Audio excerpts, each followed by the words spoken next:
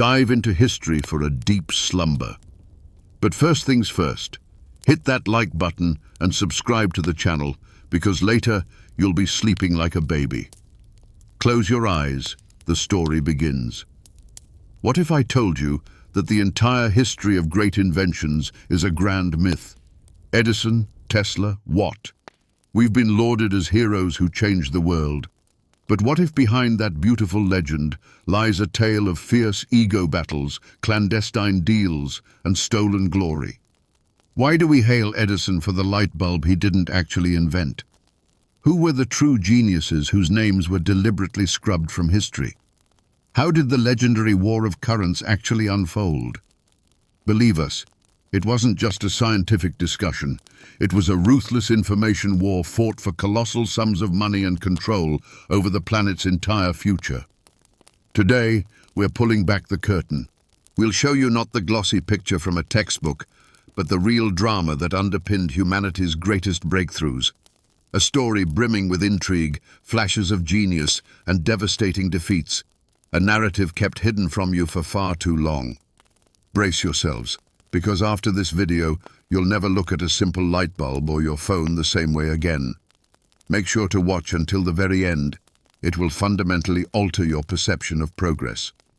There's a well-established image of the 19th century, a brilliant gallery of solitary geniuses. Here's James Watt, contemplatively gazing at steam. Here's Samuel Morse, inscribing dots and dashes. And of course, at the center of this gallery, Thomas Edison, igniting the world's first light bulb, bathing humanity in the glow of progress. This image is simple, understandable, and incredibly inspiring. But here's a paradoxical and absolutely irrefutable fact that shatters this beautiful portrait. Edison did not invent the incandescent lamp. By the time he seriously embarked on his work, there were already no fewer than 20 patented and operational models of electric lamps created by Russian, German, English, and French engineers. So where then lies his genius, and why did his name become synonymous with light? This question is the key to our entire story, because the same can be said for many other great minds of that era. James Watt didn't invent the steam engine from scratch. He ingeniously refined Newcomen's existing design. George Stephenson wasn't the first to put a steam engine on wheels, and Samuel Morse wasn't the only one who conceived of transmitting signals over wires. It turns out that the main revolution of the 19th century wasn't about creating individual astonishing objects. It lay in something far greater, less obvious, yet infinitely more powerful. The true breakthrough didn't happen at the moment of a shouted eureka, but at the point when someone asked themselves, how do we make this thing work not just in my lab, but in every home on the planet? So, let's clarify the genre of our narrative right away. This won't simply be a list of inventions and biographies in the vein of born, studied, discovered.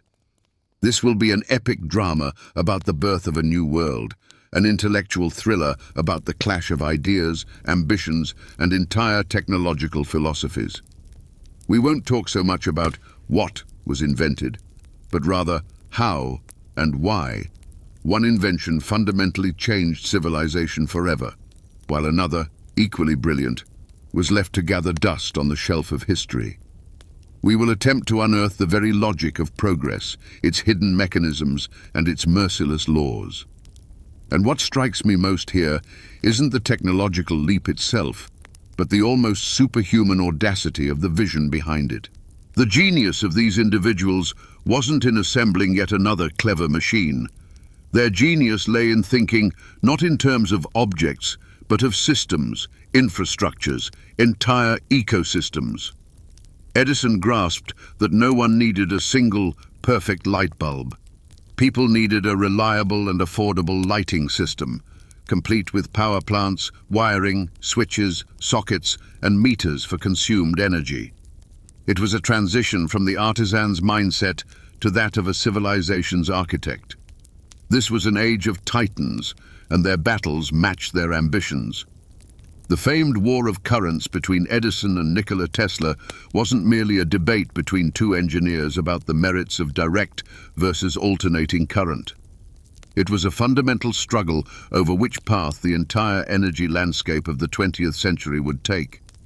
At stake were not just patents and money, but competing visions of the future.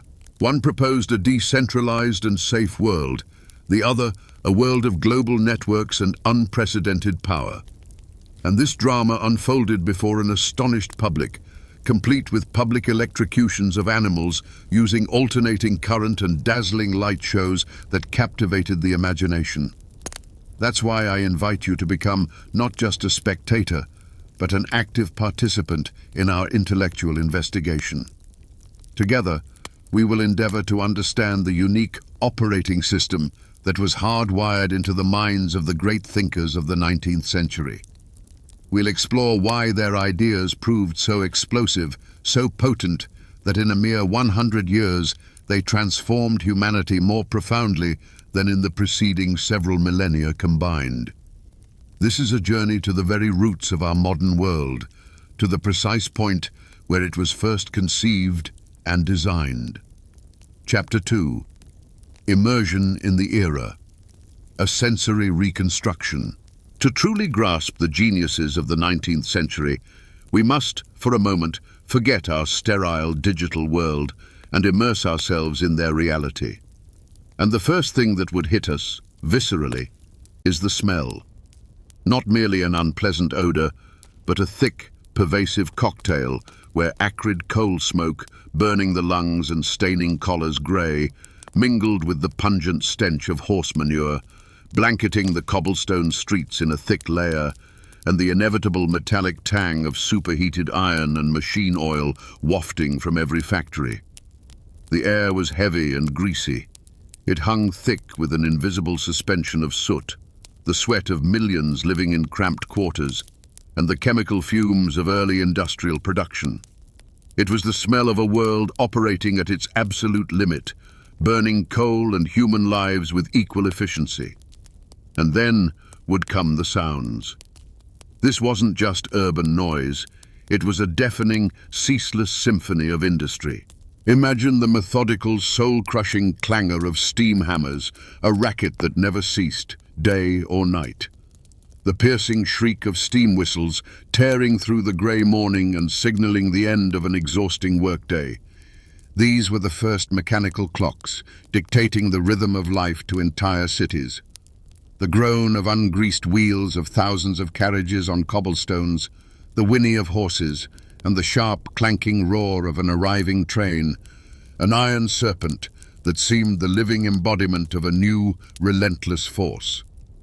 In this world, silence was a luxury, available only in the distant rural depths, which, incidentally, were rapidly disappearing under the onslaught of civilization. To survive and thrive in this environment, one needed a particular firmware in their consciousness. And the first, paramount code that defined the mindset of a person from that era was a fervent belief in progress, with a capital P. For us, the word sounds somewhat naive, but for them, it wasn't just an idea. It was almost a physical law, an undeniable driving force of history. They genuinely believed that humanity was moving along the one true path, from the darkness of superstition to the light of science, from poverty to abundance, from weakness to omnipotence. And this progress justified everything: monstrous working conditions, environmental devastation, social upheavals. All of these were merely necessary sacrifices on the altar of the grand future, a future they, the first engineers of a new world, were actively building. The second cultural code, inextricably linked to the first, was the cult of efficiency and rationality. The world ceased to be mysterious and divine. It transformed into a vast collection of resources and mechanisms that could and should be measured, analyzed, and optimized. How much coal does a steam engine burn for one rotation of the shaft? How many words per minute can the most skilled telegrapher transmit? How many yards of fabric does a loom produce in an hour? The universe became a giant engineering problem. Inventors were not just dreamers, they were problem solvers. Their task was to find the weak link in the chain of production, communication, or daily life, and replace it with a more perfect, faster, and cheaper mechanism. And now, to fully grasp the spirit of this era, let's find a precise, confident analogy from our own world. The 19th century was history's very first and most audacious Silicon Valley, stretching across the entire Western world. Inventors like Edison or Tesla weren't just scientists. They were the first true startup founders in the modern sense of the word. Their laboratories were the first venture incubators, and patents were their intellectual property, their primary capital. They didn't just create a device, they created a product, sought investors in the guise of bankers and industrialists, developed a business model, and strove to capture the market. This atmosphere of a universal race, where entire fortunes and global domination hung in the balance, gave birth to that unique personality type, the engineer-entrepreneur. He had to possess not only a brilliant mind, but also an iron grip, the ability to sell his ideas, battle competitors, and think on the scale not of a single workshop, but of an entire planet. It was in this clanking, coal and money-scented world, steeped in belief in progress and efficiency, that the great ideas that shaped our reality were destined to be born. The starting point for the entire Industrial Revolution was one simple yet critical problem: a shortage of energy. Yes, Thomas Newcomen's steam engines already existed, but they were inefficient, voracious monsters. They could perform only one task: pumping water out of coal mines. They were installed right next to the fuel source because they devoured mountains of coal to produce a paltry result. In fact, Newcomen's engine was so inefficient that it could only operate profitably where coal was practically free. This was a technological dead end. The world had steam, but didn't know how to truly harness it. Energy was localized, expensive, and weak. Industry was choking, shackled to riverbeds with their water wheels and to coal mines with their cumbersome pumps. And now, our first hero steps onto the scene. But this isn't an industrial magnate, nor an aristocratic scientist. This is James Watt, a humble mechanic, a master instrument maker at the University of Glasgow. A man whose primary tools weren't a hammer and chisel, but rather precision, keen observation, and an insistent, almost obsessive drive to understand precisely how everything worked. In 1763, he was brought a teaching model of that very Newcomen engine for repair. It barely worked. And Watt, instead of simply tightening a few screws, delved deep into analyzing its design. For hours, he observed how steam, after pushing the piston, would immediately cool down in that very same cylinder to create a vacuum. Again and again, the cylinder had to be heated up and then cooled down again. It was at this precise moment that an idea struck Watt, one whose simplicity and brilliance stand comparable to the greatest epiphanies in the history of science. He realized that wasting 3/4 of all energy reheating metal you'd just cooled was sheer madness. It was a fundamental design flaw, and his solution was as elegant as a surgeon's cut. The processes needed to be separated. Let the working cylinder remain perpetually hot, while the steam would condense in a separate, continuously cold vessel, a condenser. This was not merely a technical refinement. It was a paradigm shift. Watt looked at a heap of iron and saw not just a mechanism, but a thermodynamic process that could and should be optimized. This seemingly minor refinement unleashed a revolution. Watt's engine consumed 4 times less fuel for the same power output. But that wasn't even the biggest breakthrough. Its efficiency transformed the steam engine into a universal workhorse. Now it could be detached from the coal mine and placed anywhere, in a textile mill, a flour mill, or a brewery. The steam engine stopped being merely a pump. Watt added a rotary motion system to it, transforming it into a universal drive and tireless metallic heart capable of pumping blood through the arteries of a new industrial era. He didn't just create an improved machine, he forged a universal engine for an entire civilization. Initially, the reaction from his contemporaries was somewhat subdued. the world of big business is always conservative. An idea, even a brilliant one, isn't yet a product.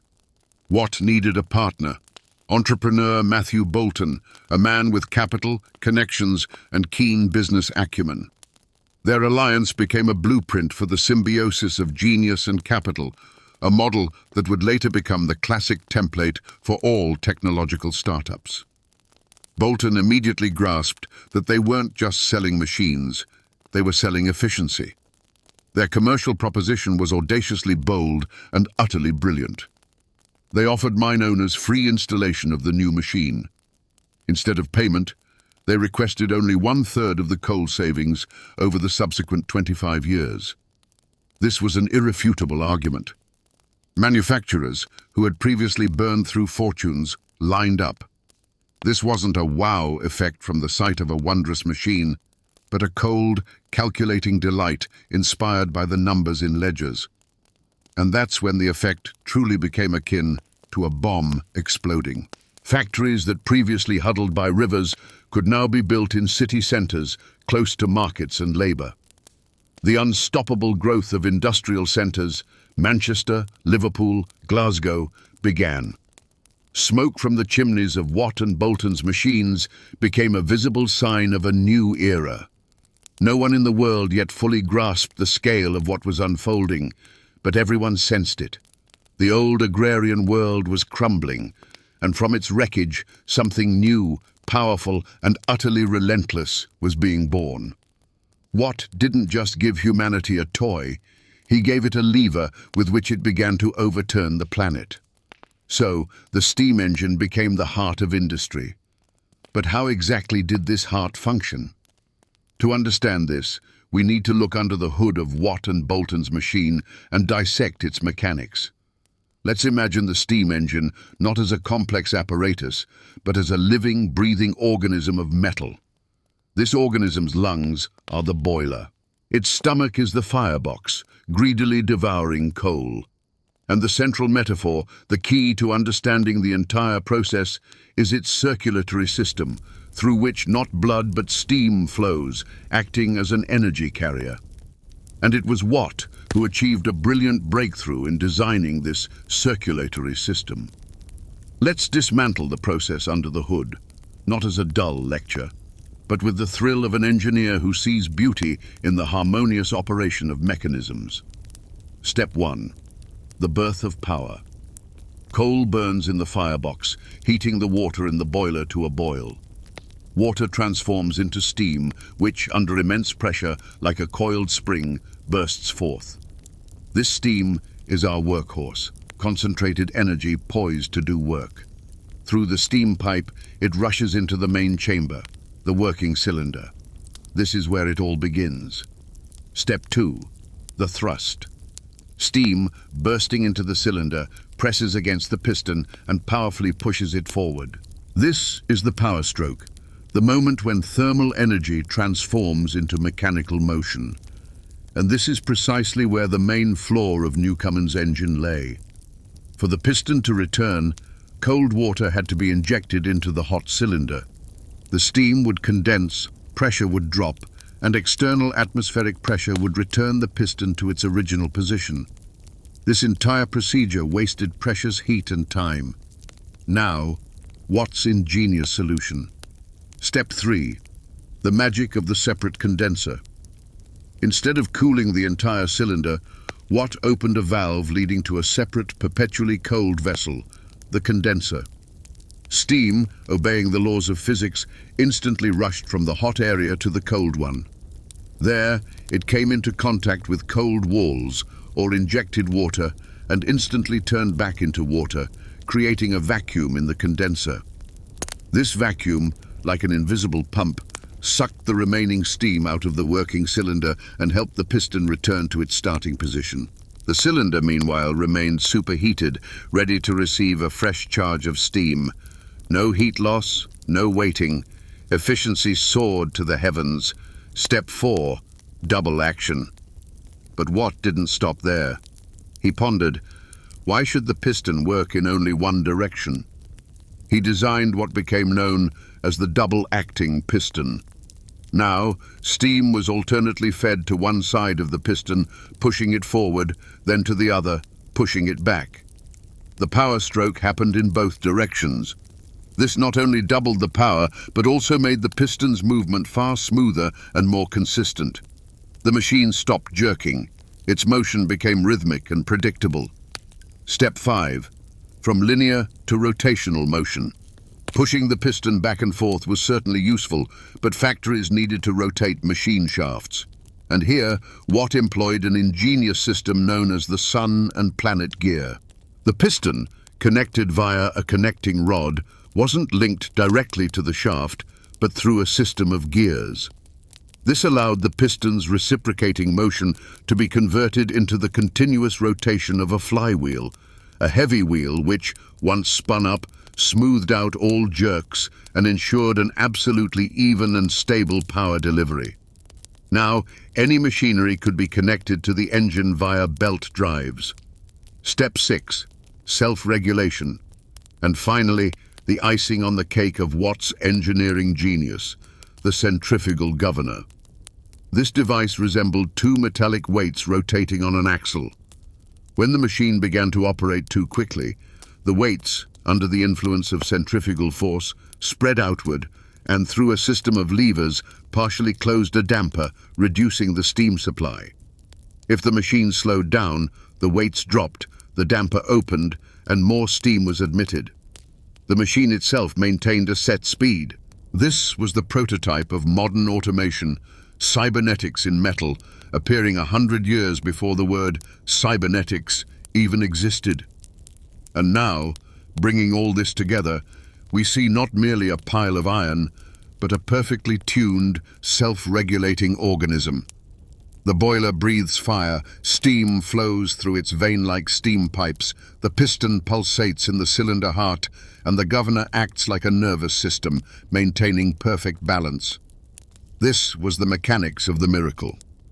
Watt didn't just create an engine, he forged a reliable, efficient, and most importantly, controllable power source that became the universal soldier leading the Industrial Revolution's triumphant charge. We often marvel at the brilliance of inventors, yet too easily overlook the profound truth. Their groundbreaking ideas didn't materialize through magic, but through the sweat, grit, and very lives of millions of unsung heroes. To truly grasp the immense cost of progress, we must descend from the lofty pinnacles of engineering genius into the clamoring workshops and the shadowed depths of the mines.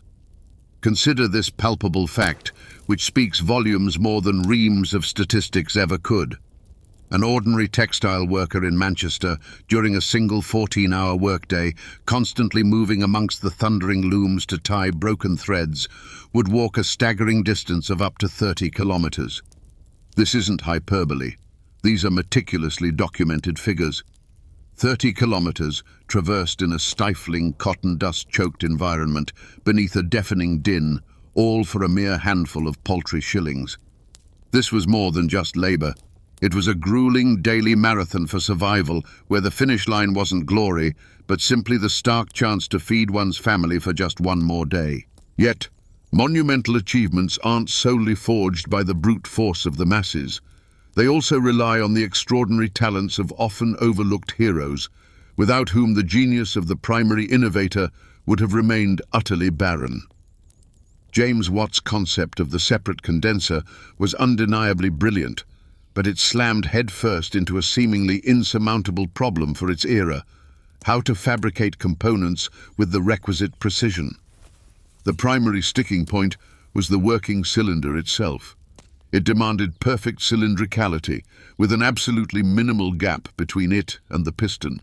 Otherwise, precious steam would simply leak away through the slightest crevice, utterly negating any fuel efficiency gains. Yet, 18th century metalworking was notoriously crude and rudimentary. No one possessed the capability to cast and machine a cylinder with a diameter of 50 centimeters to within mere fractions of a millimeter's precision. Watt's ingenious concept risked forever remaining a beautiful theory, confined to the pages of his notebooks. He constructed prototypes, but they performed miserably, constantly bleeding pressure. And it is at this critical juncture that one of the most unsung heroes of the Industrial Revolution steps onto the stage, a man without whom Watt's steam engine might never have fully materialized. His name was John Wilkinson, and he was famously known as Iron Madman. He was no theoretical scholar, but a genius of practice, the undisputed monarch of cast iron, driven by an almost fanatical obsession to forge flawless metal components. Wilkinson owned extensive ironworks and had recently engineered a revolutionary, incredibly precise boring machine designed for crafting cannon barrels. And it was he who shrewdly recognized that his military-grade technology could be harnessed for peaceful progress. He adapted his groundbreaking boring machine to manufacture cylinders for Watt's steam engines. The outcome defied all expectations. Wilkinson produced a cylinder with a margin of error thinner than a mere old coin's thickness. This was precisely the missing piece of the puzzle, the technological breakthrough that transformed Watt's laboratory prototype into a robust, efficient, and commercially viable product. Without Iron Madman Wilkinson, Watt's formidable genius might have remained forever unrealized. Beyond such practical titans as Wilkinson, there existed an entire legion of other unsung, yet utterly indispensable specialists.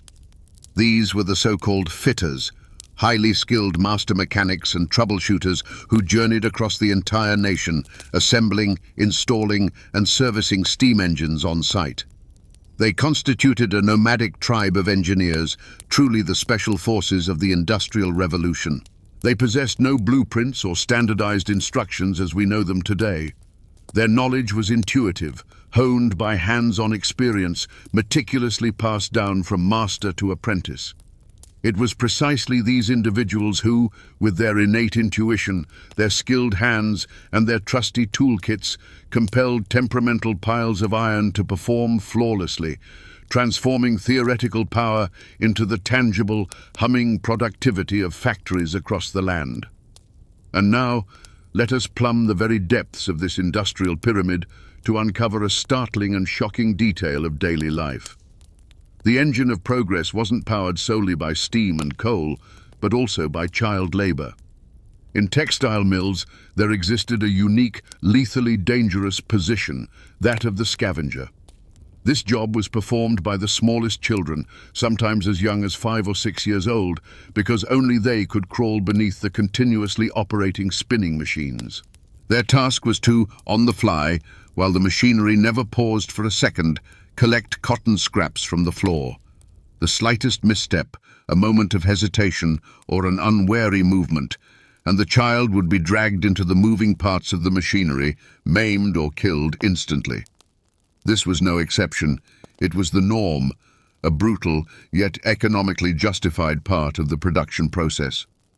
So, what then was the human factor of the Industrial Revolution? It was a complex and multifaceted system.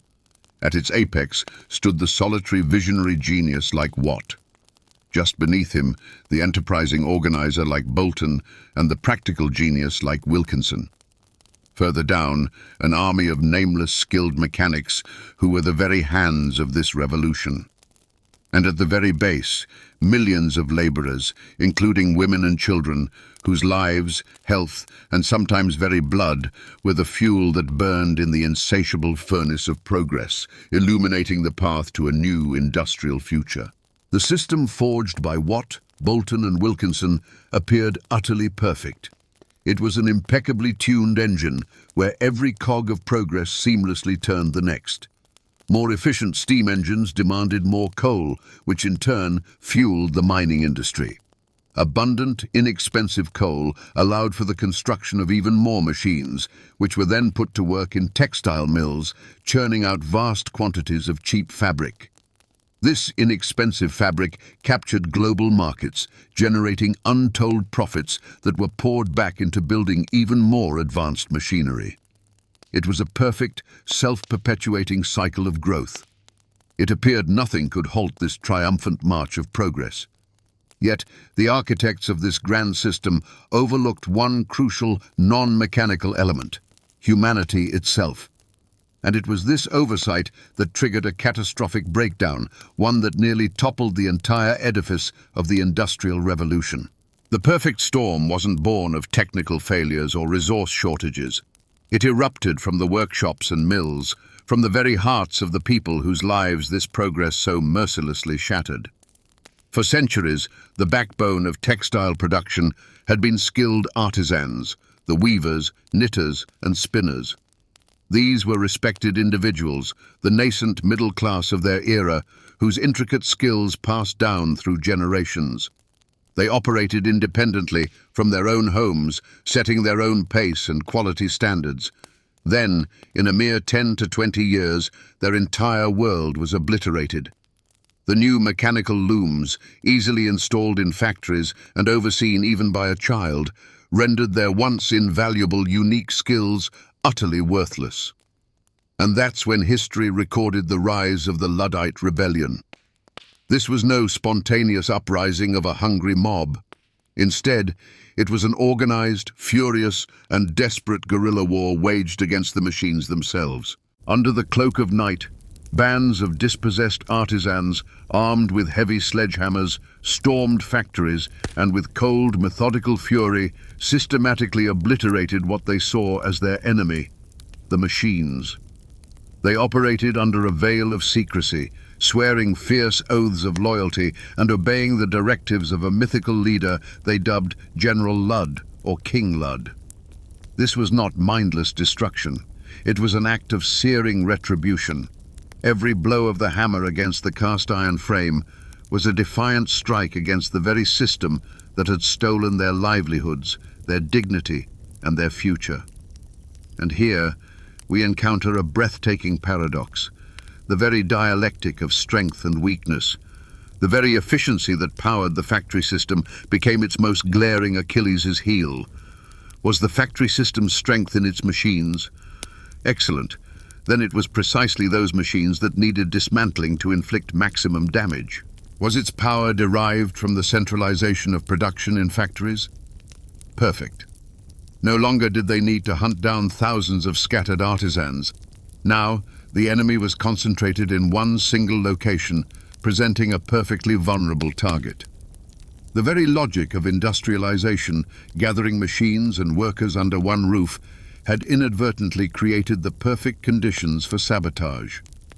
The panic that seized industrialists and the government was absolutely unprecedented. The threat was so dire that more soldiers were deployed to the central counties of England to quell the Luddite uprising than the British Army was simultaneously committing to its war against Napoleon in Spain. Consider that astonishing fact for a moment. An internal enemy, a mere weaver armed with a hammer, proved more terrifying to the British elite than the entire army of the French Emperor himself. In 1812, a law was enacted making the destruction of machinery a capital crime, punishable by death. The very system was now willing to kill to safeguard its machines.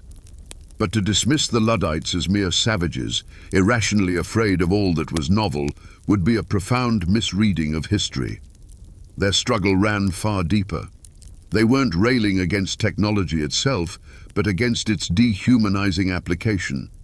Their demands weren't for the destruction of all machines, but for a fair price for their labor, for control over the introduction of new technologies, and for the preservation of human dignity within the production process.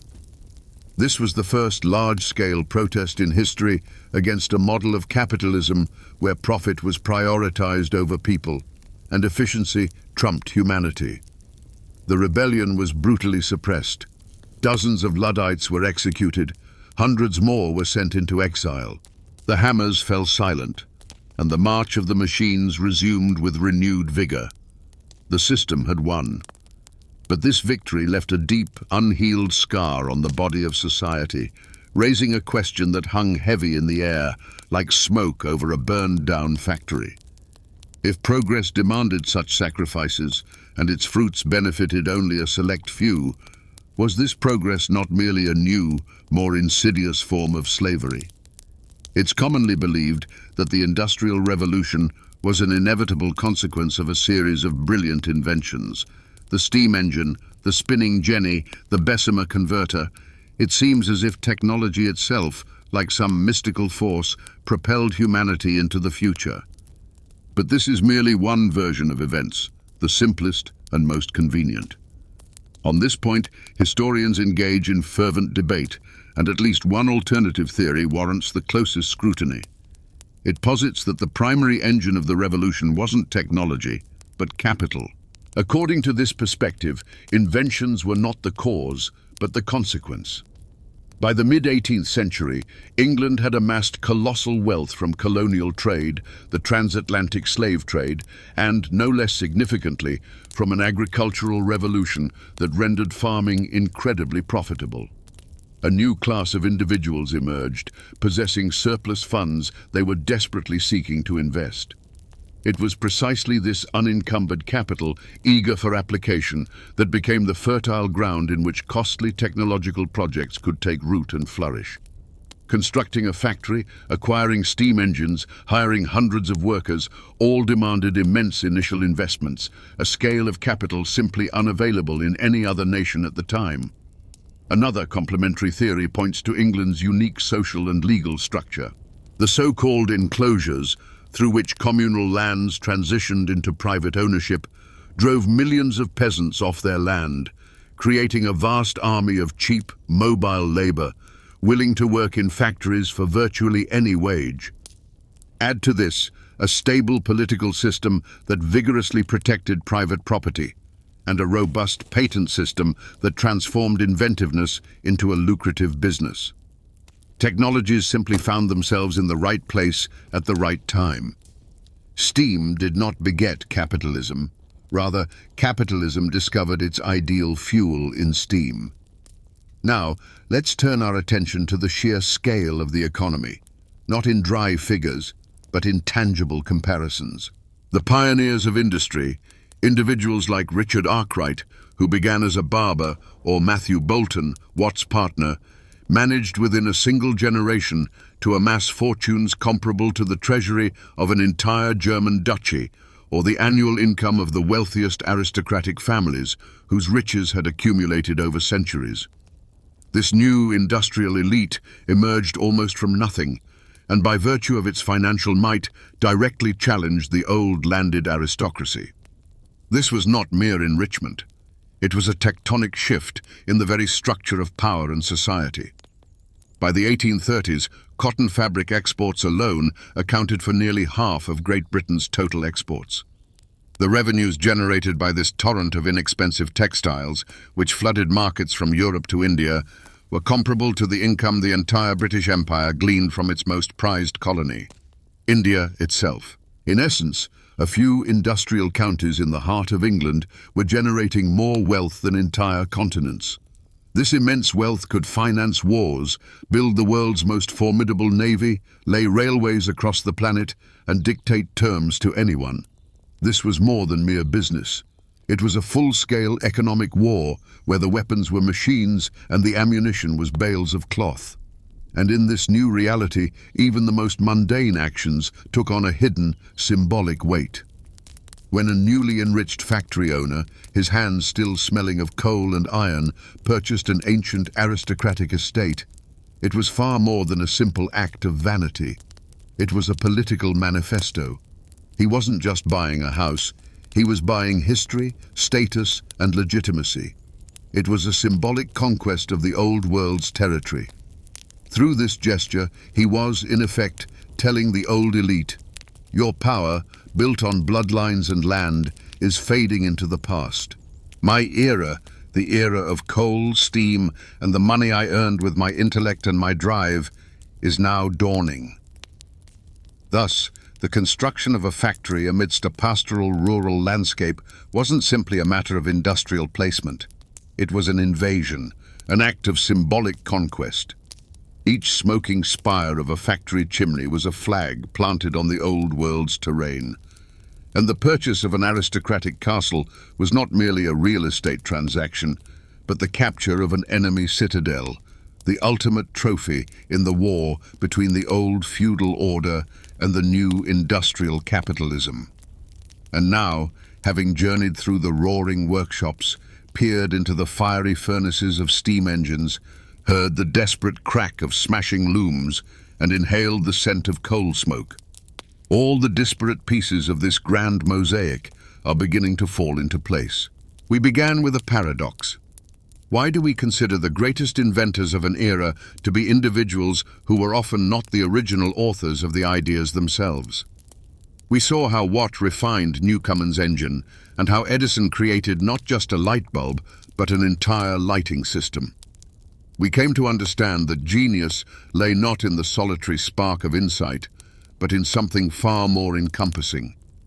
We delved into the specifics of mechanisms and observed how Watt's elegant engineering, the separate condenser, the centrifugal governor, transformed a clumsy beast into an efficient, obedient, universal engine. Then, we plunged into the human dimension and realized that without the iron madman, Wilkinson with his cannon-boring machine, without an army of nameless fitters and the brutal exploitation of millions of workers, this engine would have remained a mere laboratory curiosity. We witnessed the fierce resistance to this new system in the Luddites and understood that progress was no peaceful procession, but an outright war. Finally, we examined the economic underpinnings, grasping that behind it all lay capital-seeking application, which ultimately became the primary sponsor of this technological leap forward. So, what then is the grand secret behind this phenomenon? Why, precisely, at the close of the 18th century, in a small damp corner of England, did a process ignite that would, in a mere 100 years, transform the planet beyond recognition? The true enigma of the Industrial Revolution lies not in specific machines or in individual geniuses. The real revolution, the fundamental paradigm shift, occurred on a much deeper plane. Humanity didn't invent the steam engine. It invented the method for the serial, industrial production of progress itself. This marked the inception of history's first self-sustaining and perpetually accelerating feedback loop, intricately linking science, technology, capital, and production. Let's dissect this future-forging machine into its constituent parts. It all began with a problem, typically an economic one. For instance, the inefficiency of an existing machine. Then came a theoretical genius like Watt, who offered an elegant scientific solution. But the idea, in isolation, remained sterile. In the second phase, capital entered the fray, embodied by an entrepreneur like Bolton. He perceived not merely a beautiful concept, but significant market potential, the opportunity to extract profit from enhanced efficiency. He was prepared to risk substantial sums to transform theory into a viable commercial product. But even this was insufficient. Theory and capital invariably ran up against a production barrier. We cannot manufacture this with the required precision, and instantly, in the third phase, a practical genius like Wilkinson would emerge, solving that specific technological challenge by devising a new machine tool or a novel processing method. Only after this triumvirate, the theoretician, the capitalist, and the practical innovator, did the idea finally materialize in metal and begin to be mass-produced. And here, the feedback loop snapped shut, triggering a new cycle with even greater force. The widespread adoption of steam engines sharply increased the demand for coal and metal. This, in turn, posed new, even more ambitious challenges for mining and metallurgy. The need arose for more powerful mine pumps, more efficient coal transport methods, and sturdier materials for the machines themselves. These new problems drew in new inventors and fresh capital, leading to the creation of steam locomotives, steel rails, and even the revolutionary Bessemer converters for mass steel production. Every solution to one problem immediately spawned a dozen new, even more complex and intriguing challenges. Progress began to fuel and accelerate itself. This was no longer just a series of inventions. This was the birth of an entirely new civilizational model. For the first time in history, humanity ceased passively adapting to the world and began actively and systematically reshaping it to suit its needs. The world transformed into a colossal reservoir of resources to be extracted and engineering problems to be solved. This was a blueprint of titanic, almost divine ambition, to harness the forces of nature, subject them to rational calculation, and compel them to work for human benefit, or, as it later became clear, for human profit. And now, we can provide the definitive answer. What then was the genius of the great minds of the 19th century? They were not mere inventors. They were, for the first time in history, the systemic architects of our civilization. Their genius lay in their intuitive or conscious understanding of this entire multi-stage machine of progress. They knew not just how to conceive an idea, but also how to secure the capital for it, organize production, build the infrastructure, strategize the logistics, and seize the market. They thought not in terms of individual devices, but in global systems. They gave us not the light bulb, but electrification, not the steam locomotive, but entire railway networks. They created not just objects, but the very relentless, all-consuming, and constantly accelerating mechanism of modernity that continues to operate to this very day. The revolution, ignited by a handful of geniuses in the smoky cities of England, unleashed a domino effect that continues to topple old orders even today. Let's trace just one, yet absolutely fundamental, chain of consequences. The steam engine made mass production in factories possible. Factories demanded a concentration of labor, leading to an explosive growth of cities. Vast, overcrowded cities, where destitution and immense wealth coexisted side by side, gave rise to previously unimaginable social conflicts. These conflicts, in turn, birthed new political ideologies, socialism and communism, which offered their radical answers to the vexing questions of the industrial age. These ideologies, in the 20th century, would shape the destiny of half of humanity and lead to world wars and the Cold War, whose echoes we hear even now. Thus, in a direct line, James Watt's decision to add a separate condenser led to the Berlin Wall and the Cuban Missile Crisis. But the legacy of these minds lives on, not just in history textbooks. It's woven into the very fabric of our daily lives, and we reap its fruits without ever giving their origins a second thought. When you glance at your watch to avoid being late for a meeting, you are living in a world that learned precision thanks to George Stephenson's train schedules. It was the railways that first demanded time synchronization between cities and introduced the concept of standard time, without which the modern global economy would be inconceivable. When you plug a device into an outlet, you are connecting to the alternating current system that Nikola Tesla fought tooth and nail for, a system that won the war of the currents due to its sheer efficiency. Your very home, constructed from steel and concrete, is only possible thanks to the affordable steel that Henry Bessemer gifted to the world. We literally reside within the materialized ideas of these remarkable individuals. Even the language we speak bears their imprint. We measure power in watts, honoring James Watt. Electric current in amperes, for André Marie Ampère. Voltage in volts, for Alessandro Volta. Magnetic induction in Teslas, for Nikola Tesla. Their names have become fundamental units for measuring the universe they helped us comprehend. We speak of Morse code, pasteurization, and X-rays. These words have become common nouns firmly embedded in our lexicon. The inventors of the 19th century didn't merely create new objects, they forged new concepts and a new language for describing the world itself. Yet, this legacy also possesses a paradoxical, darker side. The foundational ideas, over time, were often distorted beyond recognition or mutated into their complete antitheses. Consider the concept of progress.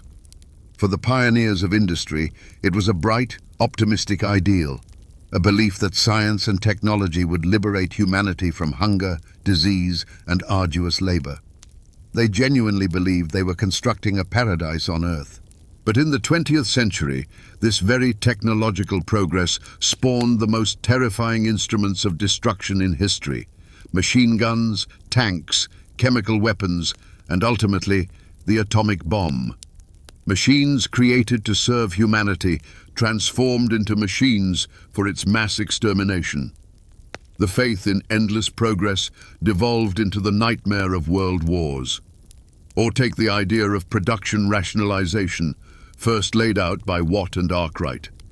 Their goal was to optimize the operation of machines. But in the early 20th century, this idea was pushed to the absurd by Frederick Taylor and Henry Ford. They applied the principles of mechanical efficiency to human beings themselves. The worker on the assembly line was reduced to a mere living appendage to the machine, required only to perform the same monotonous motion at maximum speed. The quest for efficiency, which was supposed to lighten labor, morphed into a system of total control and dehumanization, brilliantly depicted by Charlie Chaplin in Modern Times.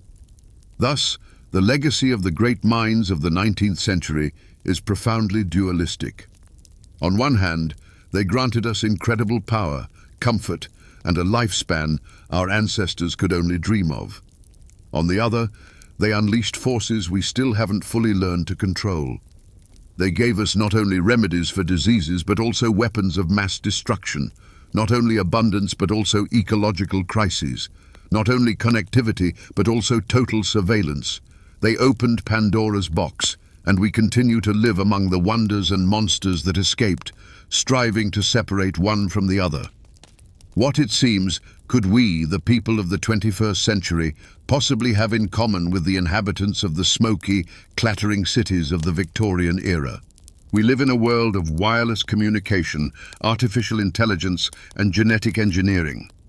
Their world was one of steam, steel, and telegraph wires. But if we look closer, it becomes clear. We stand on the cusp of precisely the same, if not an even grander, tectonic transformation. The Industrial Revolution has given way to the digital revolution, and the parallels are strikingly precise. In place of steam and steel have come data and algorithms. In place of factory magnates, tech billionaires. The ghosts of Luddites, who feared that weaving looms would snatch their jobs, once again roam the world today. Only now they fear not machines, but artificial intelligence, which threatens to render entire professions obsolete, from drivers to lawyers. Debates about the monopolistic power of railroad barons have been replaced by discussions about the omnipotence of IT corporations, who know more about us than we know about ourselves. We, just like them 150 years ago, live in an era of dizzying change, exhilaration at new possibilities, and a profound fear of an unknown future.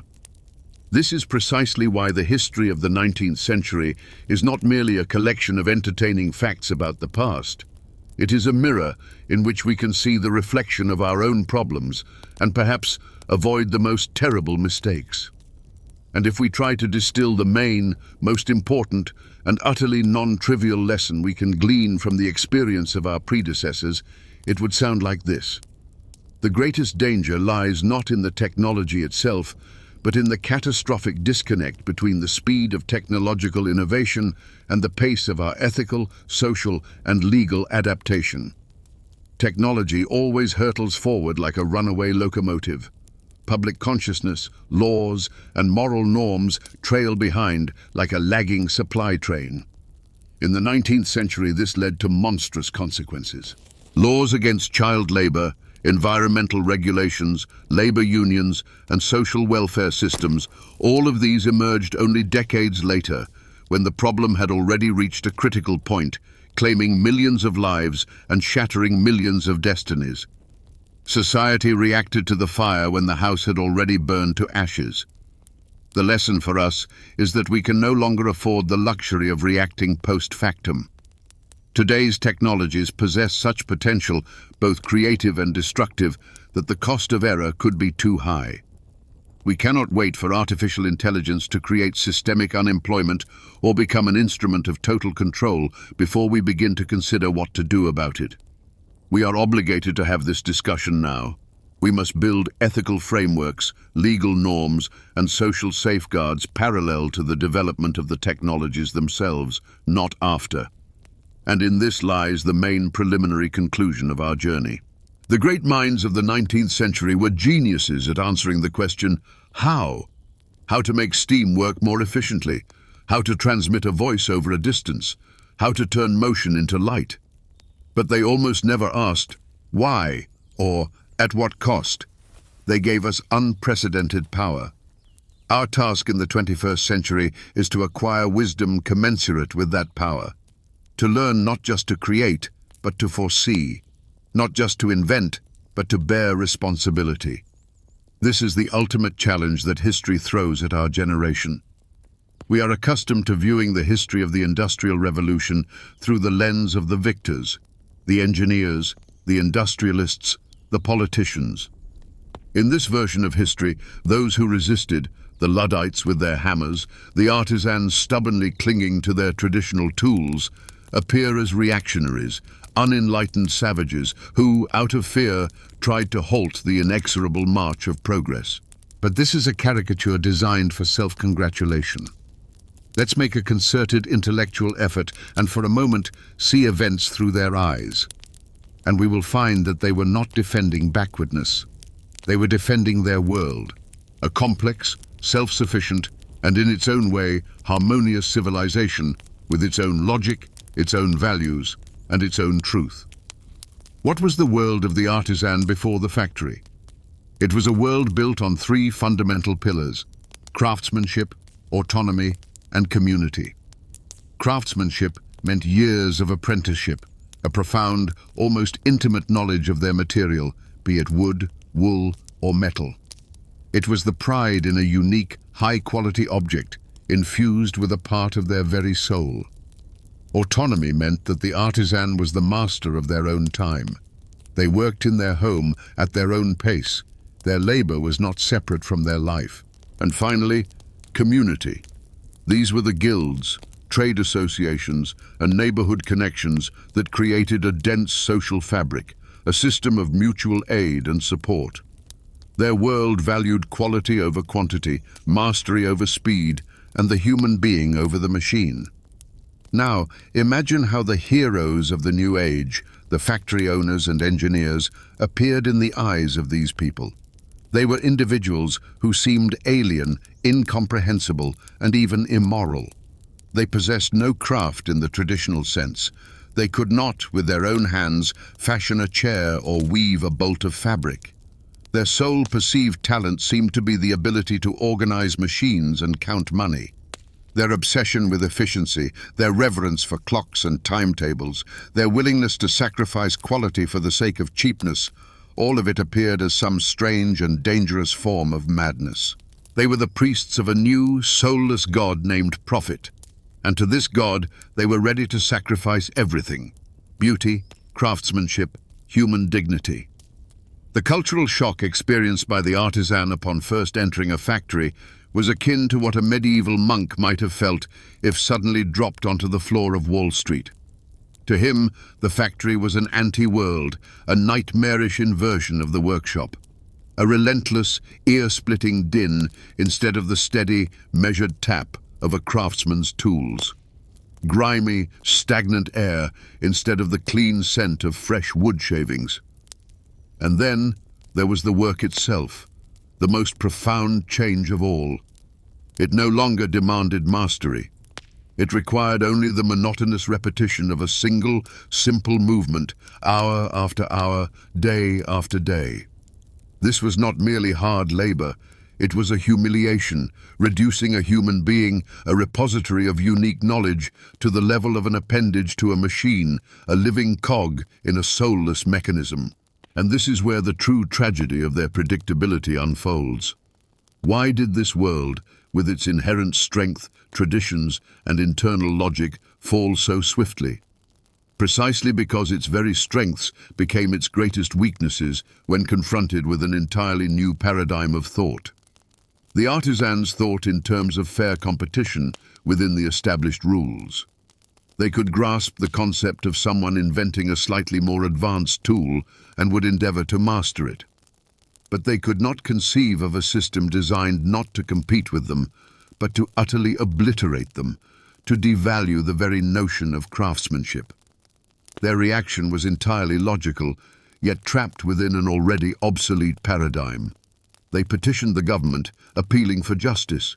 When this proved futile, they, consistent with their own logic, decided to destroy the instrument of unfair competition, the machine itself. They attacked the symptom, failing to grasp that the true illness was not the machine, but the new economic system lurking behind it. They were masterful fencers who stepped onto the dueling ground with honor and according to all the rules, but their opponent had brought a machine gun to the duel. And this tragedy unfolded again on a global scale. India's magnificent textile industry, which for centuries had produced the finest fabrics in the world, was not destroyed because English machines made a better product. No, Indian textiles remained unsurpassed in quality. It was obliterated by a flood of cheap British mass-produced goods and a colonial policy that forcibly opened markets. Indian artisans, much like the English Luddites, were unprepared for a war where the primary weapon was not the skill of hands, but the price per yard. Their world, built on 1,000 years of traditions of quality, was crushed by the raw power of mass production. Thus, their defeat is not a story of progress triumphing over backwardness.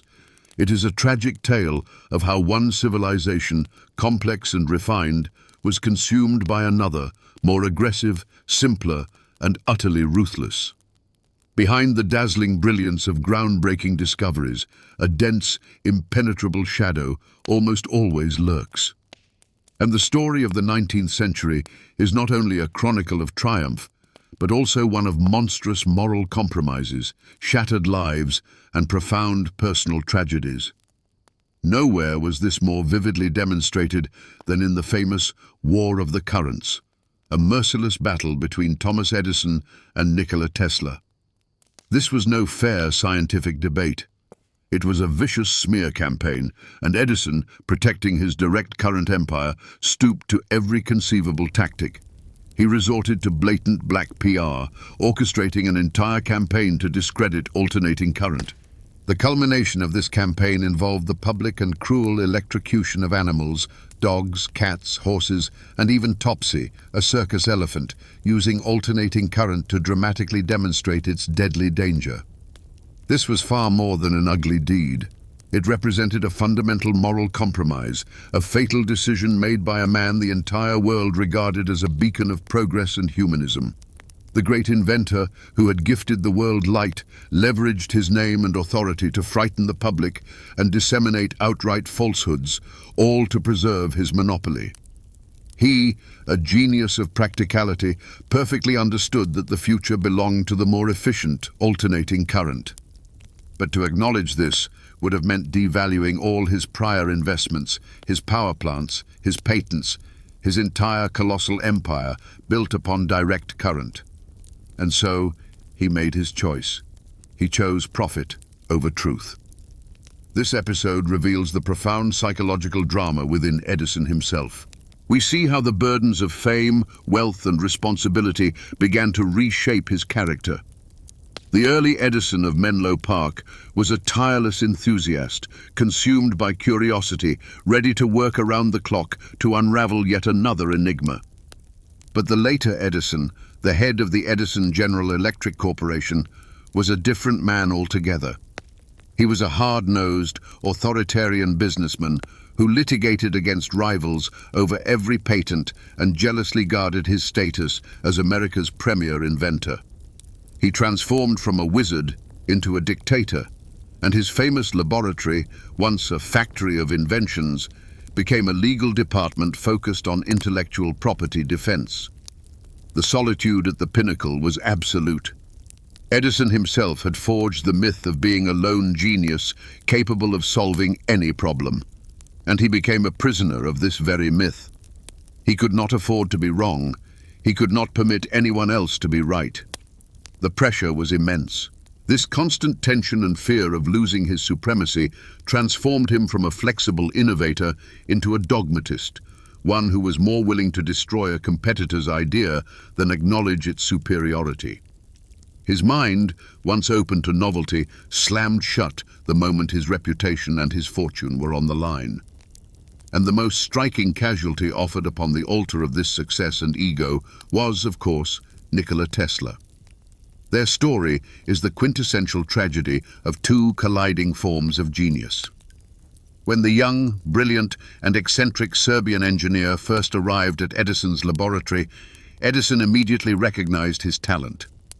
Tesla was his polar opposite. Not a pragmatist, but a visionary, whose thoughts dwelled not on individual devices, but on cosmic forces, not on patents, but on humanity's future. He was genius in its purest, non-commercial form, and this was precisely what Edison could neither comprehend nor accept. Conflict was inevitable.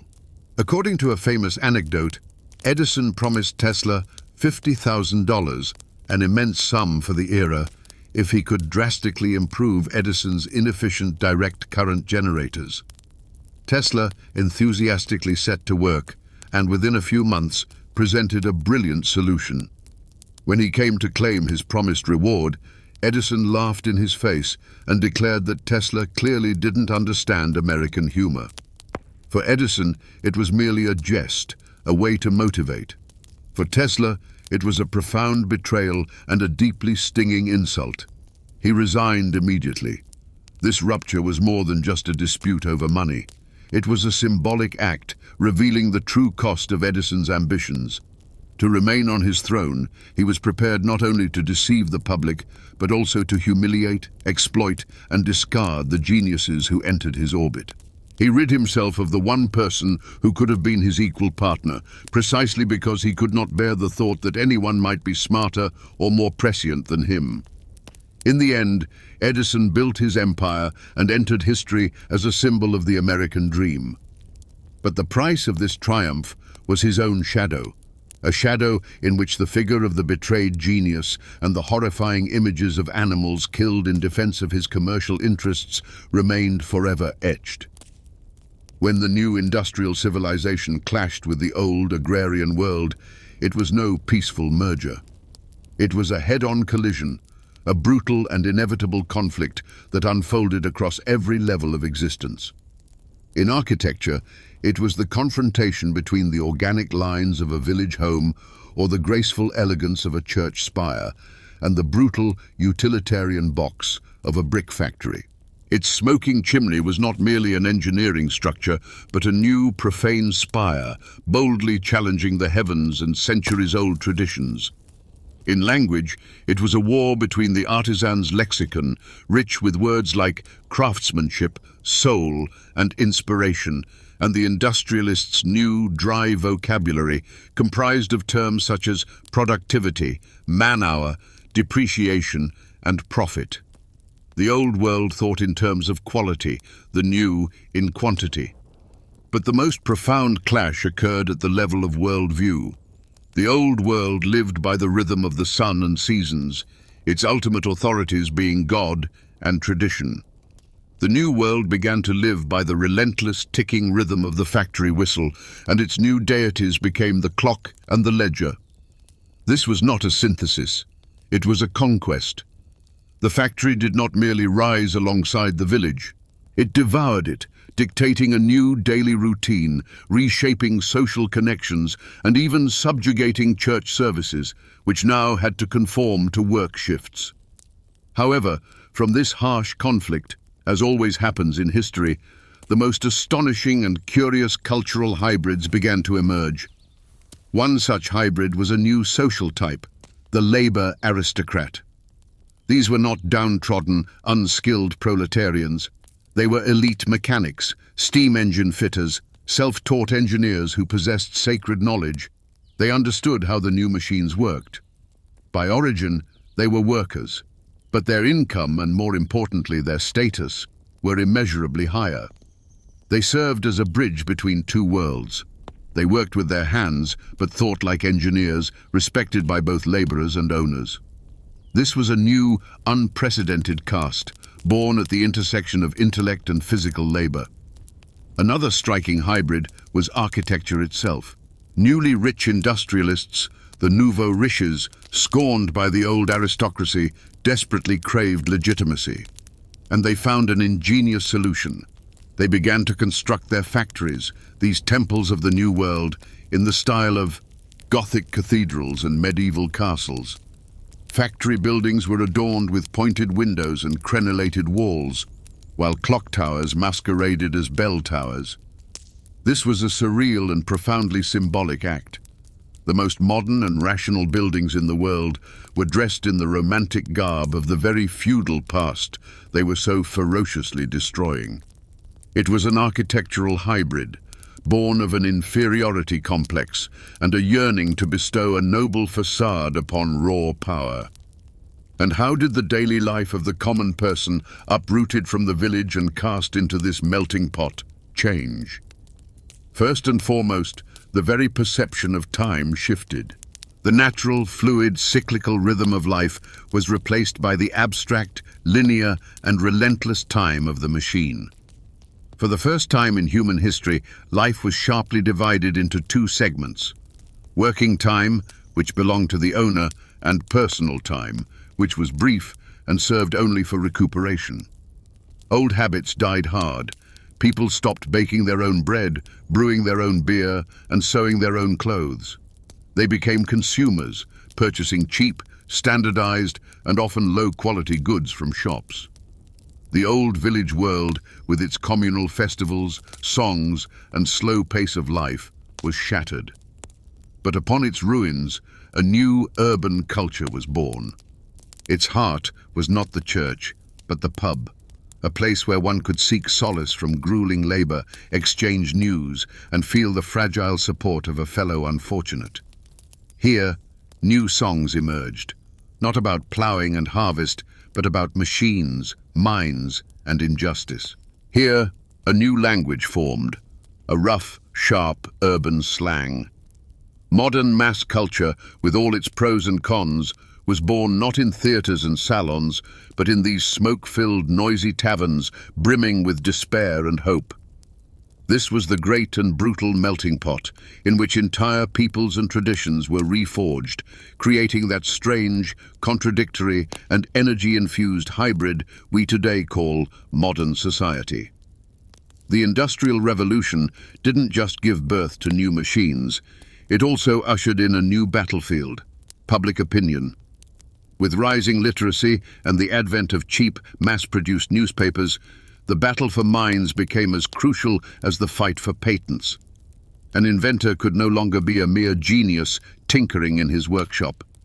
He had to become a showman, a public figure, a master of self-promotion. And in this new information war, Thomas Edison was unmatched, being the first to grasp this truth. To sell a product, you first had to forge and sell a myth. Edison deliberately and artfully cultivated his public persona. He didn't merely grant interviews, he orchestrated a veritable symphony of journalists whom he welcomed into his sanctum sanctorum, his laboratory in Menlo Park. From there, tales spread like wildfire, more akin to hagiographies than biographies. Stories of the Wizard of Menlo Park, who slept a mere 4 hours a night and could solve any problem, from inventing a light bulb to constructing a cement plant. He crafted the image of the quintessential American everyman, a self-made genius who, through sheer grit and tireless work, was reshaping the world. This wasn't just public relations, it was a living canonization. Every one of his inventions was presented not as the arduous culmination of a team of engineers' efforts, but as a miracle sprung from the mind of one single titan. But where there's a myth, counter-propaganda inevitably emerges. When the War of the Currents began, Edison unleashed what was arguably the first black propaganda campaign in history, targeting the alternating current AC system championed by Nikola Tesla and George Westinghouse. Edison and his team created and actively disseminated horrifying myths. Publicly, and before the very eyes of reporters, they electrocuted stray animals with alternating current to prove its lethal danger. They even lobbied for AC to be used in a newly conceived invention, the electric chair, intending to indelibly link their rivals' technology with death and execution in the public consciousness. A verb was even coined, to be Westinghoused, meaning to be killed by electric shock. Their adversaries, in turn, were not to be outdone, though their tactics were more subtle. Tesla and Westinghouse's supporters responded with their own counter-propaganda. They pointed out the extreme inefficiency and prohibitive cost of Edison's direct current DC system, arguing that to power a city with DC would require copper cables as thick as a man's arm and a power station on every street corner. Tesla himself, realizing that logic alone wouldn't prevail, resorted to the language of spectacle. He staged incredible public lectures where he passed high-frequency currents through his own body, lighting lamps held in his hands without any visible wires. If Edison forged a myth of deadly current, Tesla crafted one of magical current, safe, powerful, and almost otherworldly. This was not a battle of physicists, but of master illusionists. And this brings us to the cardinal principle of information warfare. History is written by the victors. But who truly won? In the technological war, alternating current unequivocally triumphed. Our entire modern energy system is built upon Tesla's principles. But in the battle for a place in history and public consciousness, Edison reigned supreme for an entire century. The official narrative, enshrined in school textbooks for decades, was deceptively simple. Thomas Edison invented the light bulb and electrified the world. Tesla's role was either entirely suppressed or reduced to the caricature of an eccentric, misunderstood, and ultimately failed genius. The losing sides evidence, hundreds of Tesla's patents, which formed the bedrock of modern electrical power, were seemingly buried beneath the sheer weight of the Edison myth. Only in the late 20th and early 21st centuries, fueled by a fresh wave of fascination with his figure, did a historical re-evaluation begin. Academic archaeologists and investigative journalists unearthed forgotten facts, and the pendulum swung to the other extreme, giving birth to a new myth, that of Tesla as an unjustly forgotten deity from whom Edison stole everything. The truth, as always, is far more intricate. But the very existence of this century-long battle of narratives reveals a profound truth. Edison's most enduring invention wasn't the phonograph or the kinetoscope. It was the myth of himself. A myth so potent and tenacious that it managed to eclipse real history and supplant technological truth for 100 years. If the first turning point that forged the industrial world was Watt's brilliant insight into efficiency, the second point of no return was far darker and more profound. It was the moment when the very idea of progress was betrayed from within, when the grand alliance of genius, capital, and labor, which once seemed destined to propel humanity toward prosperity, mutated into a soulless mechanism where the aim was no longer the fruits of progress, but the relentless, merciless, self-serving process of accumulation itself. This was a betrayal on a fundamental, almost philosophical level. This fateful decision wasn't made by a single person in a single office. It ripened over decades in courtrooms and boardrooms. It was a gradual yet irreversible transformation of the very essence of the era's primary tool, the company or corporation. In its nascent stages, under the Watt and Bolton model, a company was merely an efficient means to merge talent and money for the creation of a useful product. Profit was the reward for the benefit bestowed upon society. But by the late 19th century, particularly in America, a monstrous mutation occurred. The corporation, once a tool, morphed into an independent entity, a legal Frankenstein. It was granted the rights of a human, but possessed neither soul nor conscience. And its sole, legally sanctioned and morally justified purpose became the maximization of shareholder profit. Everything else, employee well-being, environmental health, ethical considerations, was transmuted from a goal into a cost to be minimized. This pivotal decision immediately fractured the ranks of industrialists themselves. A conflict emerged between two worlds, two former allies in their faith in progress. On one side stood the idealists, old-school industrialists, often Quakers or other religious dissenters, much like the Cadbury family in England. They genuinely believed their wealth was a divine trust, And they bore a responsibility to society. They built entire towns for their workers, complete with good homes, schools, and hospitals. They viewed their businesses as a social mission, and their workers not merely as cogs in a machine, but as a flock to be cared for. They were the last torchbearers of the original humanistic vision of progress. But opposing them was a new, far more aggressive breed of capitalists, the pragmatists, or, as they would later be dubbed, the robber barons. These were figures like Jay Gould or Cornelius Vanderbilt. For them, business wasn't a mission, it was a no-holds-barred war. Their goal was monopoly, their method the ruthless suppression of competitors and the maximum exploitation of labor. They viewed the Cadbury's idealism as naive and inefficient philanthropy. In their new pragmatic reality, victory belonged to whoever was willing to go to any lengths to slash costs and boost profits. And this new, cynical model proved far more successful in the wild, untamed market. The idealists lost because they tried to play by rules in a game where rules no longer existed. And this brings us to the symbolic act that marked the definitive turning point, a bloody exclamation mark in the debate between these two philosophies. This event was the Homestead Steel Strike in Homestead, Pennsylvania in 1892. The mill belonged to Andrew Carnegie, a man who had spent his life attempting to portray himself as an enlightened, humane capitalist, writing essays about workers' rights and their right to unionize. He was the living embodiment of the American dream and the old faith in harmony between capital and labor. But when the union at his plant demanded a wage increase, the mask was ripped away. The mill manager, the ruthless Henry Clay Frick, with Carnegie's full backing, decided not just to refuse the workers, but to utterly obliterate the union as an institution.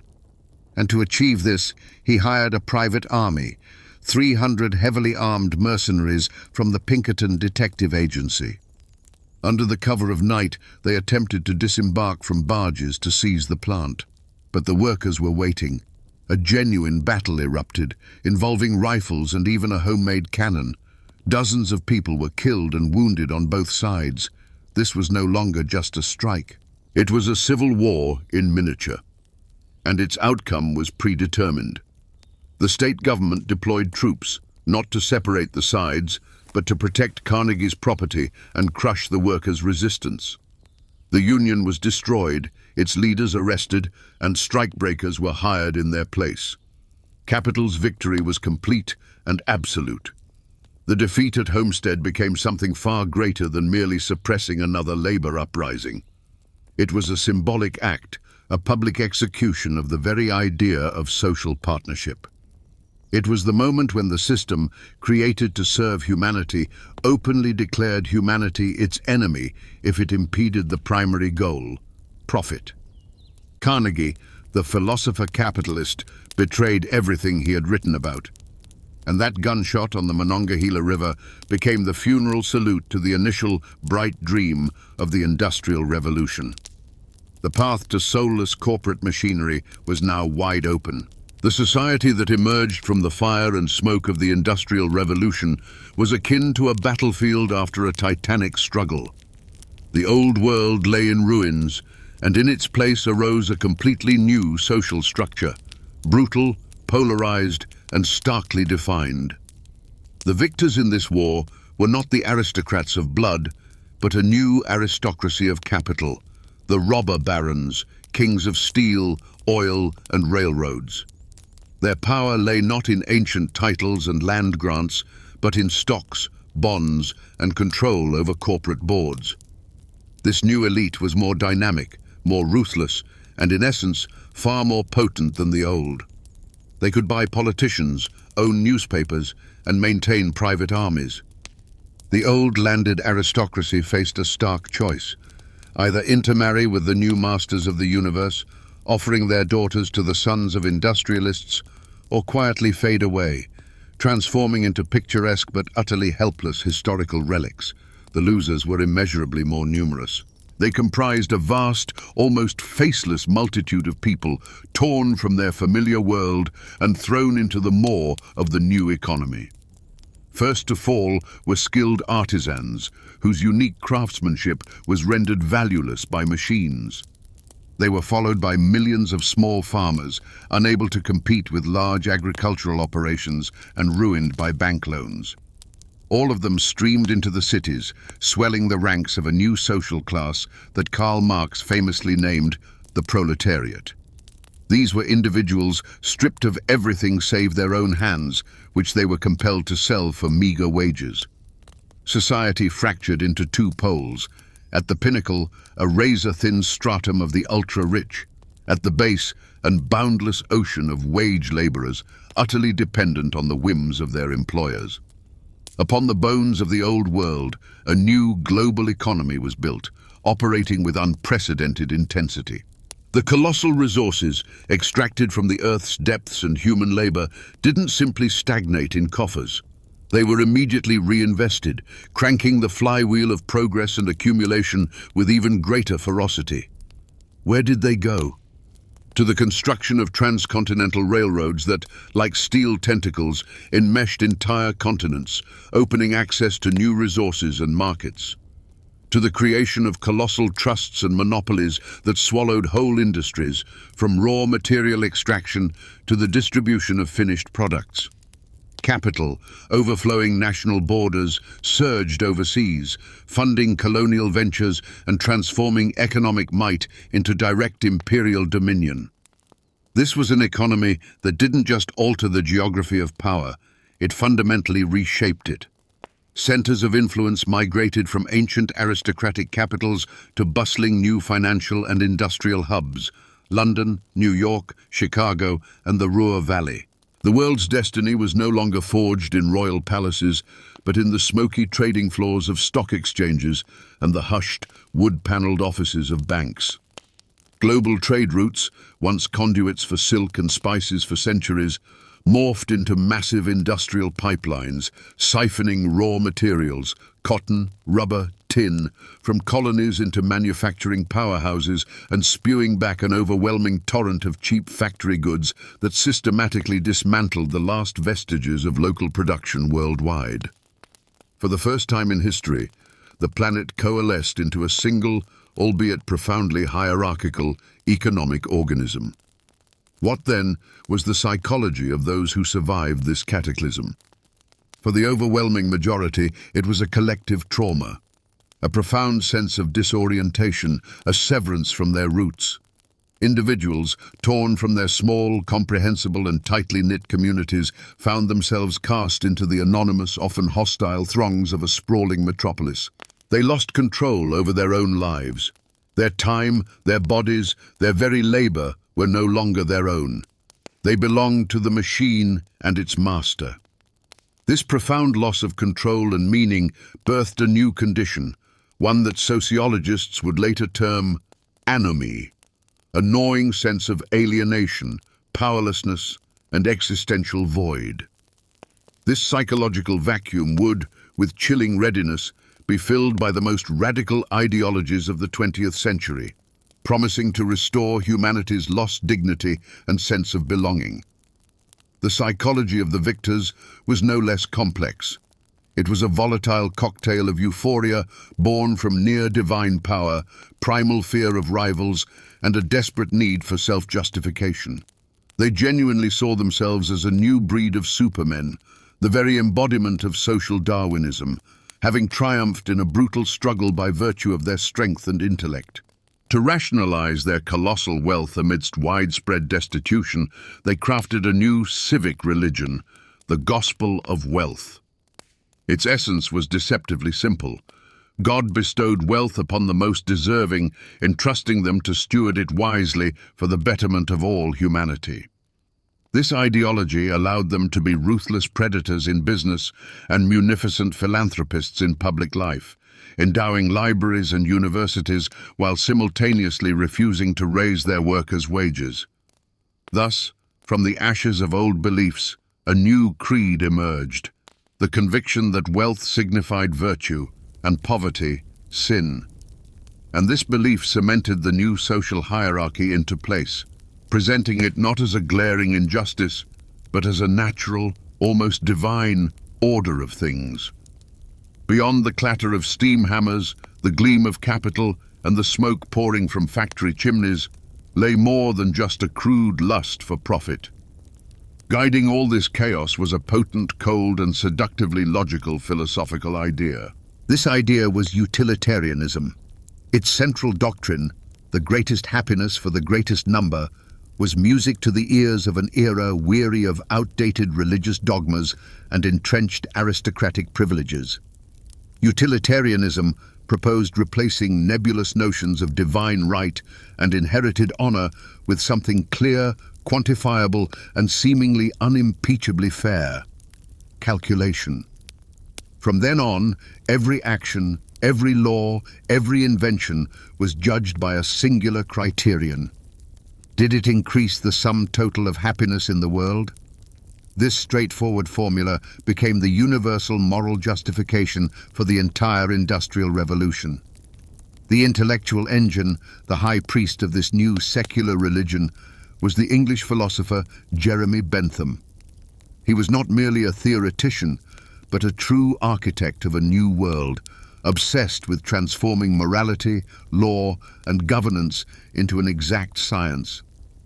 Bentham believed that human behavior was governed by two sovereign masters, pleasure and pain.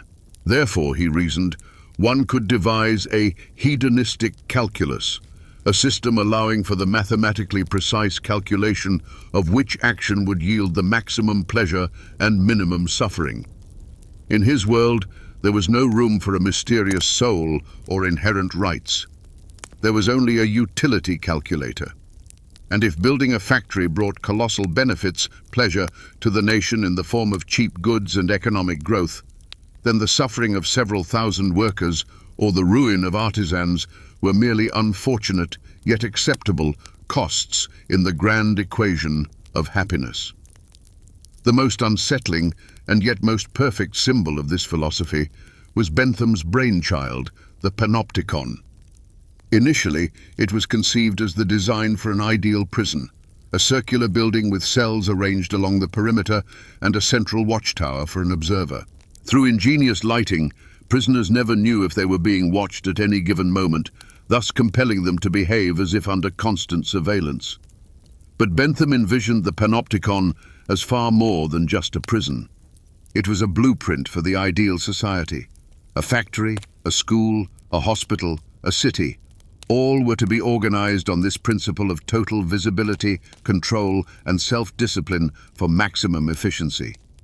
In this world, there was no room for private life, for irrationality, for chaos. Human beings became transparent, predictable, and easily managed components within a colossal machine of public good. But this cold, calculating gaze upon humanity filled another group of thinkers and poets with horror. Opposing them was an alternative philosophical doctrine: Romanticism. If utilitarianism was the religion of reason and calculation, then Romanticism was the passionate rebellion of the soul. Romantics looked at the smoking chimneys and saw not progress, but dark satanic mills, as the poet William Blake famously wrote. They witnessed nature, the fount of inspiration and divine beauty, being ravaged for utilitarian gain. They saw how the living, unique individual, with all their passions, dreams, and fears, was reduced to an abstract unit in a ledger book. The grey eminences of this spiritual resistance were not only poets like Blake and William Wordsworth, but also fierce social critics such as Thomas Carlyle. They argued that industrial capitalism had shattered all authentic human connections, replacing them with a single one: the cash nexus. Loyalty, love, duty, honor, all these venerable values were discarded as inefficient and superseded by the cold calculation of personal gain. They mourned the loss, not merely of an old way of life, but the loss of the soul itself, the loss of integrity in a world splintered into atoms of selfish individuals waging a war of all against all. And this clash of ideas was no mere academic debate. It was a genuine war for the soul of civilization, directly shaping real-world politics and culture. In Parliament, battles raged between proponents of laissez-faire economics, who demanded non-interference in the natural course of things, and social reformers who, drawing on romantic and Christian ideals, pushed through the first laws restricting child labor. In art, romantic landscapes vied with stark, realistic depictions of urban destitution. In architecture, the Gothic revival, striving to recapture the spirituality of the Middle Ages, stood in stark opposition to the utilitarian simplicity of factory buildings. This fundamental conflict between the logic of the machine and the logic of the heart, between a world that can be measured and a world that can only be felt, began in the 19th century and remains unresolved to this very day.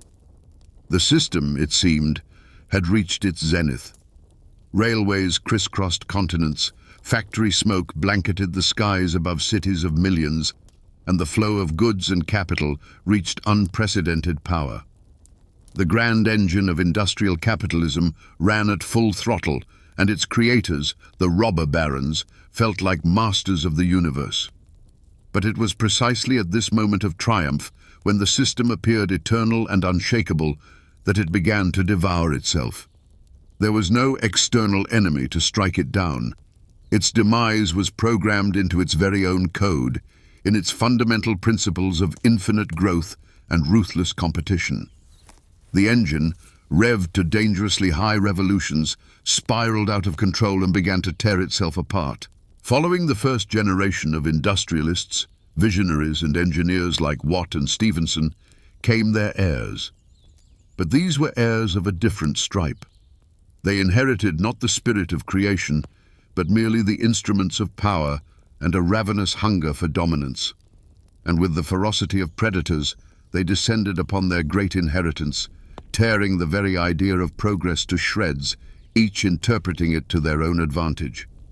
If, before, progress meant creating a new, more perfect product, for these heirs it came to mean only one thing: the absorption and destruction of a competitor.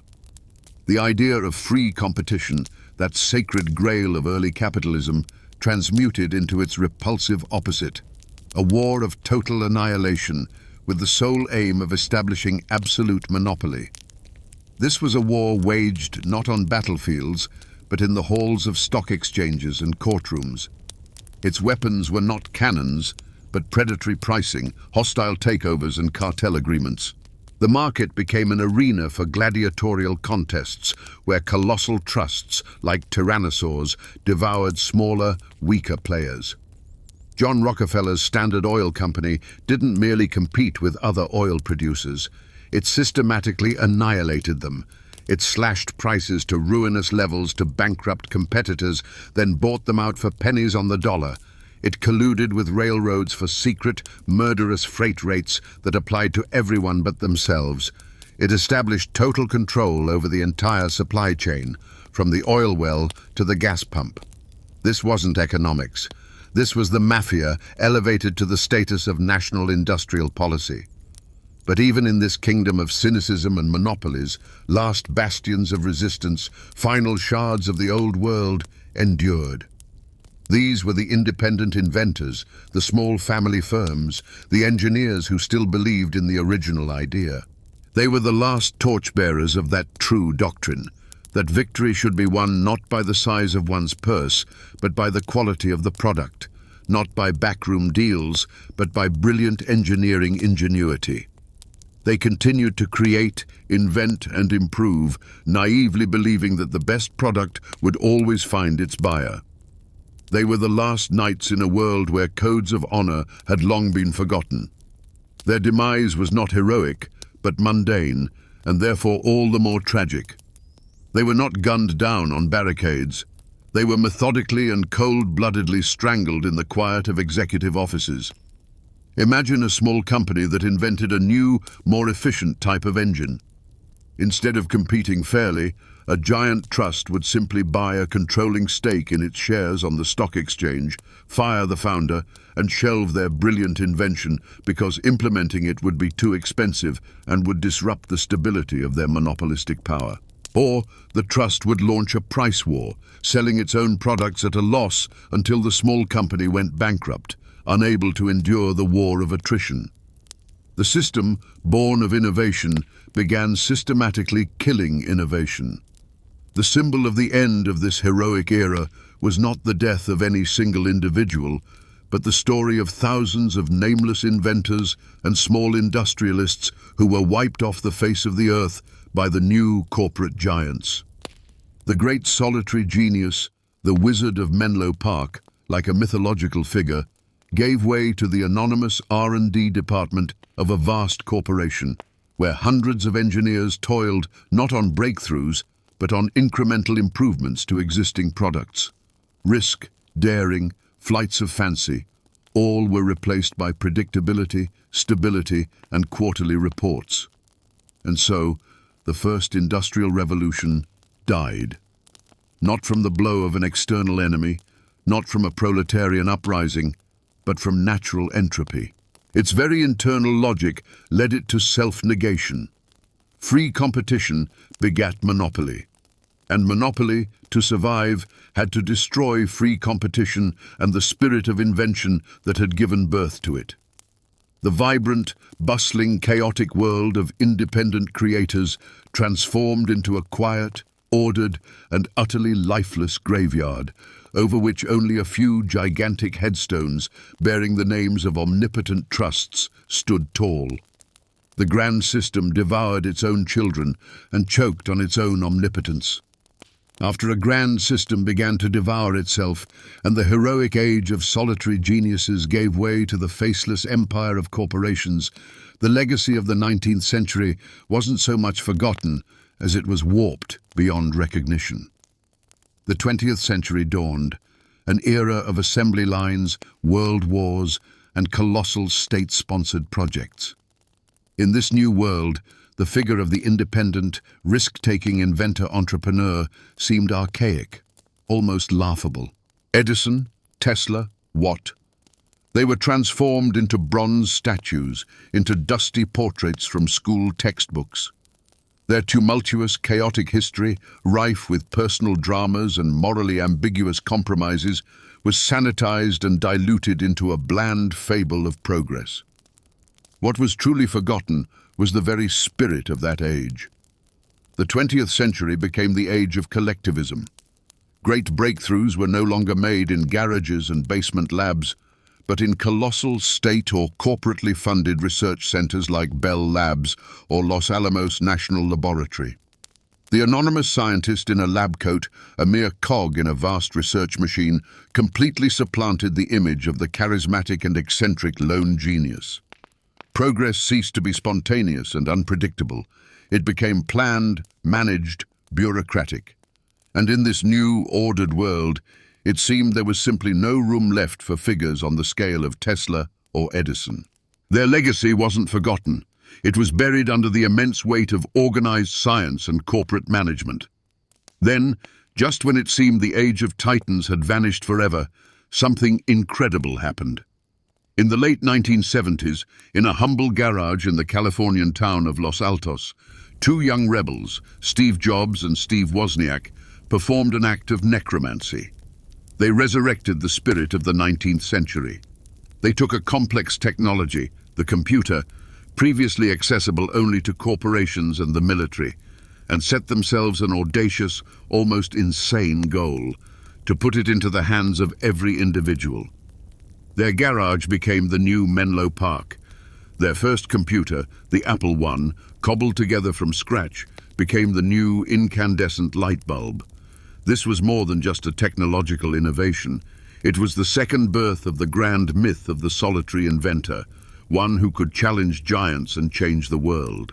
The impact of this rediscovery was explosive. Silicon Valley became the stage for a new industrial revolution, the digital one. And its heroes weren't nameless engineers, but charismatic founders and visionaries who, just as they had a century ago, combined the brilliance of an inventor, the shrewdness of an entrepreneur, and the flair of a showman. Venture capital, which had been conservative and cautious in the mid-20th century, once again became risky and adventurous, willing to pour millions into wild ideas scribbled on a napkin. The very rhetoric of this new era was steeped in references to the past. Revolution, breakthrough, change the world. History had come full circle, and the spirit of the 19th century, like a genie released from its bottle, returned to reshape the planet once more. But, as is often the case, new eras interpret old ideas entirely on their own terms, imbuing them with fresh, self-serving meanings. The digital revolution eagerly adopted the myth of the lone hero, yet conveniently forgot its dark underbelly and the harsh realities that forged it. The heroes of the 19th century wrestled with raw, unyielding materials: steel, steam, copper. Their world was one governed by the laws of physics. The new heroes, by contrast, dealt with something weightless, pristine, and abstract: code, information, algorithms.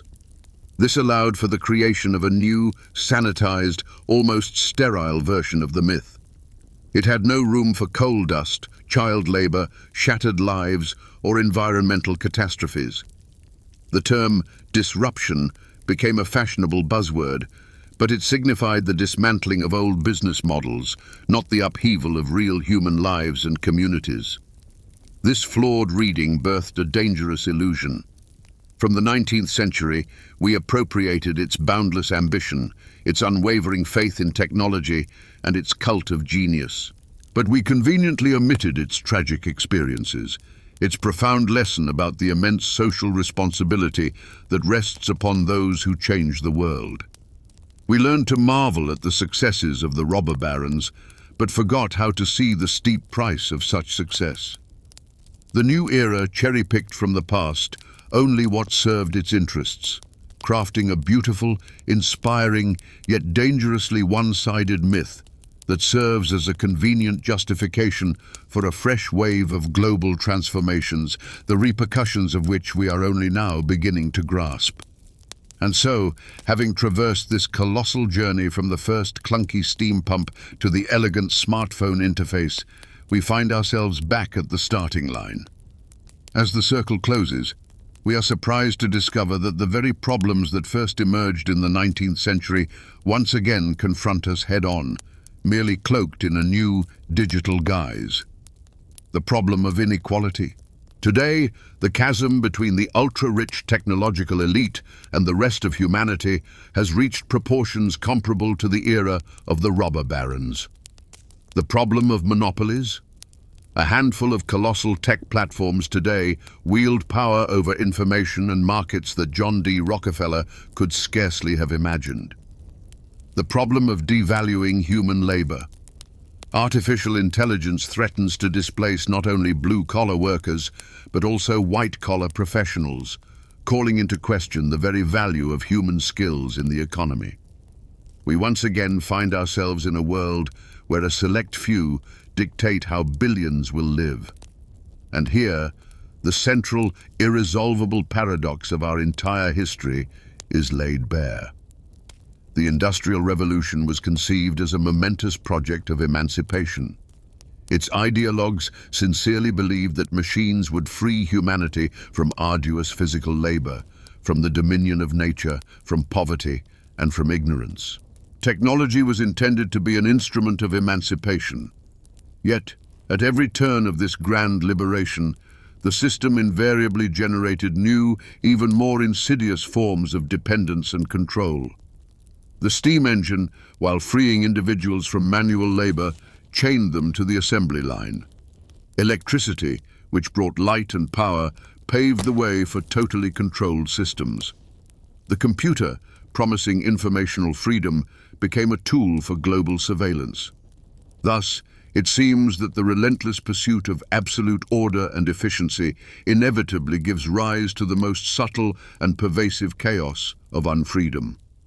We built a system to serve us, but ultimately became its servants.